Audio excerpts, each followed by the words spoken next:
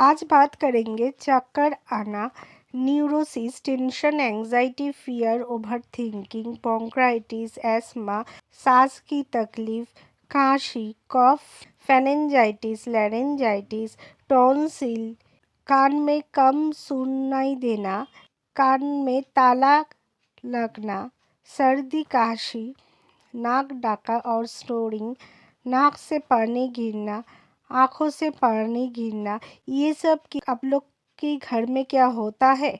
बहुत allopathic tablet अब लोग ले चुके हैं लेकिन कोई सुराहा नहीं होता। तो चलिए आज बात करते हैं कुछ आयुर्वेदिक ट्रीटमेंट का। पहले जानते हैं आयुर्वेदिक में जिन जिन डिजीज़ का नाम मैंने लिया है किस लिए होता है आयुर्वेद शास्त्र में, ये देखते हैं। त्रिदोष, ये तीनों वात पित्त कफ दोष के लिए होता है। तो चलिए डिटेल में देखते हैं त्रिदोष का शॉर्ट मीनिंग आयुर्वेद में क्या होता है। वात दोष मूवमेंट और नर्व को कंट्रोल करता है। सूखापन, घबराहट, चिंता, नर्वस प्रॉब्लम, दर्द, चक्कर, मूवमेंट और नर्व को कंट्रोल करता है, ये वात दोष। पित्त दोष क्या होता है। गर्मी, जलन, इन्फ्लामेशन, भूख, रेडनेस, हीट और डाइजेशन को कंट्रोल करता है पित्त दोष। और कफ दोष ठंडक, बलगम, हेवीनेस, नेजल ब्लॉकेज, सूजन, म्यूकस और इम्यूनिटी से रिलेटेड है ये कफ दोष। ये तीनों दोष से अगर कोई बिगड़ जाता है तो जो डिजीज़ मैंने अभी तक बोले हैं वो सब हो सकते हैं। चलिए आपके लिए देखते हैं जो कौन सा रोग कौन सा दोष के लिए होता है। सिर घूमना मोस्टली वात दोष। वात बढ़ने से डिजीनेस, बैलेंस प्रॉब्लम होती है। अगर साथ में नौसिया, कान वारी लगे तो वात प्लस कफ दोष। अगर गर्मी और जलन लगे तो वात प्लस पित्त दोष। न्यूरोसिस, टेंशन, एंजाइटी, फियर और ओवर थिंकिंग, मेनली वात दोष। वात माइंड और नर्व को इफेक्ट करता है। सिम्टम्स, घबराहट, नींद ना आना, बेचैनी, धड़कन बढ़ना एक्सेट्रा। ब्रोंकाइटिस मोस्टली कफ दोष। चेस्ट में बलगम जमता है, कफ और हेवीनेस होती है। अगर पीला बलगम, भूख, गर्मी हो तो कफ प्लस पित्त।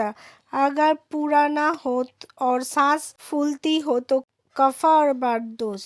एस्मा, सांस की तकलीफ, मोस्टली कफ एंड वात दोष। कफ, म्यूकस जमता है। वात, एयर पैसेज टाइट करता है। इजीली वीजिंग, टाइट चेस्ट, सांस की दिक्कत होता है। खांसी, खांसी 3 टाइप का होता है। कफ दोष, बलगम वाली खांसी, चेस्ट हेवी, कफ दोष। वात कफ, सूखी खांसी, खराश, ड्राइनेस, वात दोष। पित्त कफ, जलन वाली खांसी, पीला बलगम, थ्रोट बर्निंग, पित्त दोष। फेनेंजाइटिस, गला में सूजन और पेन, मोस्टली पार्ट पित्त दोष क्योंकि इन्फ्लामेशन, जलन होती है। अगर बलगम ही हो तो पित्त प्लस कफ दोष।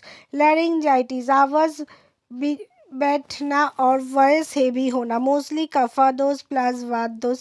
कफ, गले में म्यूकस, वात दोष, ड्राइनेस प्लस रफ वॉइस। अगर ज़्यादा जलन हो तो पित्त भी ऐड होता है। टॉन्सिल और टॉन्सिलाइटिस, मोस्टली कफ प्लस पित्त दोष। कफ, स्वेलिंग प्लस म्यूकस। पित्त, infection, redness, pain and fever. कान से कम सुनाई देना, लो हियरिंग, मोस्टली वात दोष।